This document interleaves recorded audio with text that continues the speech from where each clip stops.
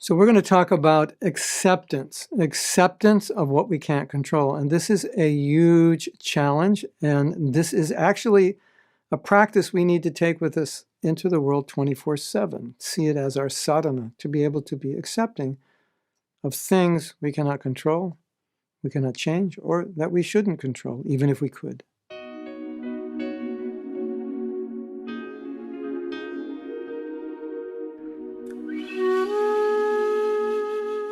What do I mean by acceptance?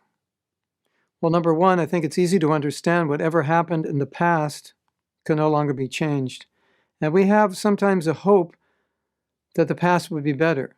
We have to give up the hope for a better past because obviously it can't be changed, and sometimes it's difficult to accept. Now, what happened in the past may be wrong, may be unjust. And acceptance doesn't mean you're condoning it. Acceptance means that it happened, and I don't benefit by dwelling on it or being frustrated about it or wishing it would be different or somehow hoping it can be different. Acceptance is acknowledgement. This is how it happened. Sometimes you don't know why it happened. Sometimes you can vaguely understand that Krishna must have wanted this to happen for some reason, but you're not sure what it is, or you kind of guess what it is. But that's not the central point. The central point is, as a spiritual practice, sometimes we have resistance to accepting things as they are. And it's like the false ego, ahankara, I am the doer, wants to control something that it can't control. It's more obvious when something's happening in the present, that at that moment, we can't control it. And there's nothing we can do. It may be that we want to do something, it may be that we should do something, but at that moment, we can't. And sometimes it's very frustrating. We can even become angry or offensive to a person who's doing something that we wish they wouldn't be doing, or saying something we wish they wouldn't be saying because we totally disagree with it. So to accept doesn't mean I have to agree, but to accept is that Krishna is allowing this person to say this. Krishna is allowing this person to do this, and there's nothing I can do about it. I can say what I think. I can give classes and express my understanding. But as far as this person expressing themselves, even if I totally disagree, I can't do anything. And if I don't accept that reality, I can become offensive. I can become very negative. And I can become negative in a way that I degrade myself. So acceptance means this is what's happening at this moment. Whether it's good, whether it's bad, whether I agree or disagree, at this moment it's happening. So there's absolutely nothing I can do but accept it. That's a spiritual practice. That means I'm giving up this need to control. Now, or I'm giving up the need to make something better that I can't make better. So, what need am I giving up? Why do I need to control it? What's going on in me that I have to, I can't accept this situation? These are questions we should ask. Now we have another situation where we're trying to change something that we really can't change.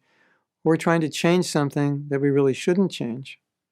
And then the opposite of that is we're not changing something that we actually should change. We would be considered irresponsible not to change, or it's something about ourselves.